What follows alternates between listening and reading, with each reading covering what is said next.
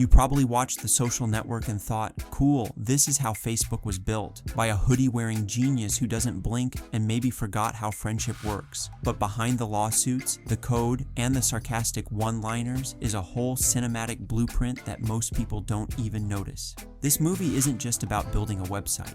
It's about ego, betrayal, and what happens when the nerds finally get power and still feel lonely. Before we start dragging billionaires and breaking down David Fincher's brilliance, go ahead and subscribe, turn on notifications, and drop a comment on what movie I should dig into next. I'm director Ammar Hejazi, and today we're logging into The Social Network. And no, you don't need a Harvard email to access this breakdown. Let's talk visuals. Jeff Cronenweth's cinematography is subtle, but it's doing major emotional lifting. The film has a dark, muted color palette.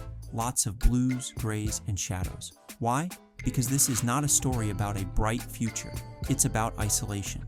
Even success looks lonely here. Camera movement is precise. Static frames, clean lines, slow, methodical tracking shots. It's all meant to reflect Mark's mental state, rigid, analytical, emotionally locked. Even when people are partying, the frame still feels cold. The energy is there, but the emotion is not, which is exactly the point. Also, those rowing scenes with the Winklevoss twins, shot using a tilt-shift lens. Why?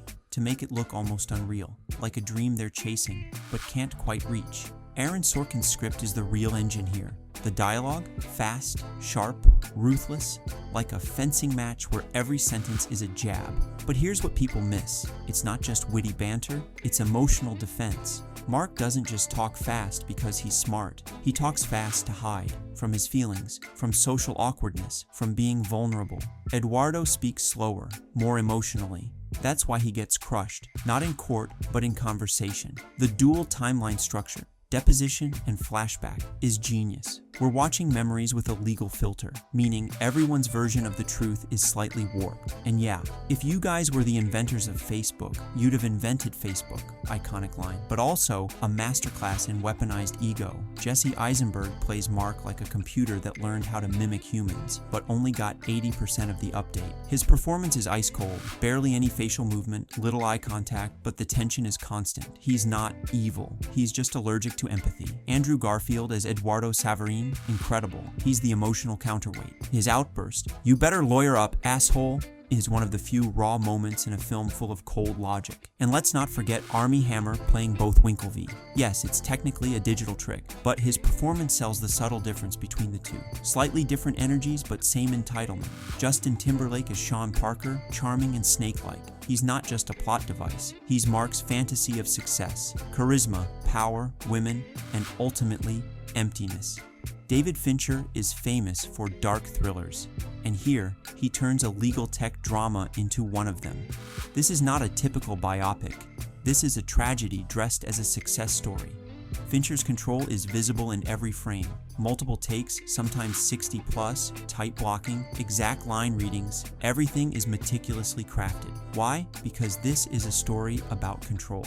And the irony, the more control Mark gets, the more out of control his relationships become. Also, the editing by Kirk Baxter and Angus Wall, razor sharp. The dialogue overlaps like jazz, cut, cut, cut, but never feels rushed. And let's not forget the haunting score by Trent Reznor and Atticus Ross, electronic, eerie, glitchy, like the digital brain of the main character humming in the background. Now for some gems hiding in plain sight. The opening breakup scene, it sets the tone. Mark loses the one person who saw through his genius and spends the rest of the movie building something to make her and the world notice him. The final shot, Mark refreshing Erica's Facebook page over and over. It's a man who conquered the digital world, but still can't make a real connection. Mark almost never drinks. He watches, he observes, he stays in control, except when Eduardo freezes the bank account. Then he finally reacts. The depositions are lit like interrogation rooms. It's less about what happened, and more about who's lying the least. And that iconic phrase, $1 million isn't cool. You know what's cool? $1 billion. It's not just about money, it's about status. And the irony? Everyone in this movie ends up alone. If this breakdown gave you something new to think about, hit like, smash that subscribe button, and ring the notification bell.